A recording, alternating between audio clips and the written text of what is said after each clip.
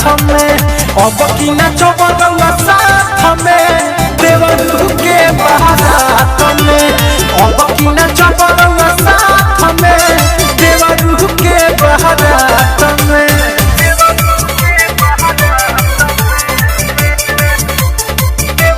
Mixed by Aditya Recording Studio, Gopalganj, Gopalganj।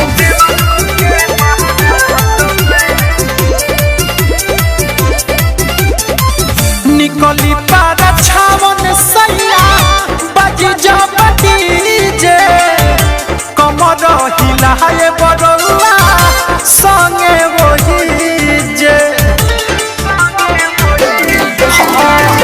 निकली पारा छावन सैया बाजी जब डीजे कमर हिलाए बरौआ संगे वही जे हमके धराए पौठावा में बजावा हमके धराए पौठावा में बजावा बाबी के अपना दांत में अरे दांत में ये दिल आशिकाना ये राजा जी ना भूलाना।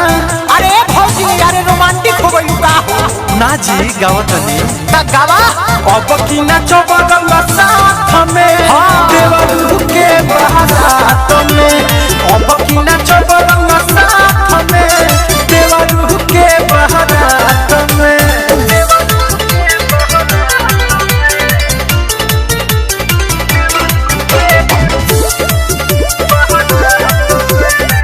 Music by Aman Rao।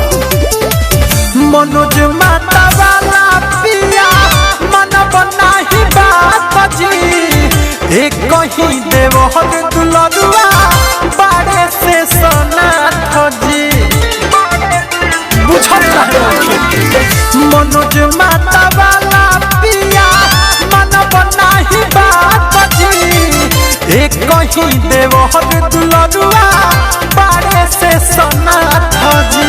गाना दीपक दीवाना के बजाए गाना दीपक दीवाना के बजाए सुहनी कवन हालात में अब की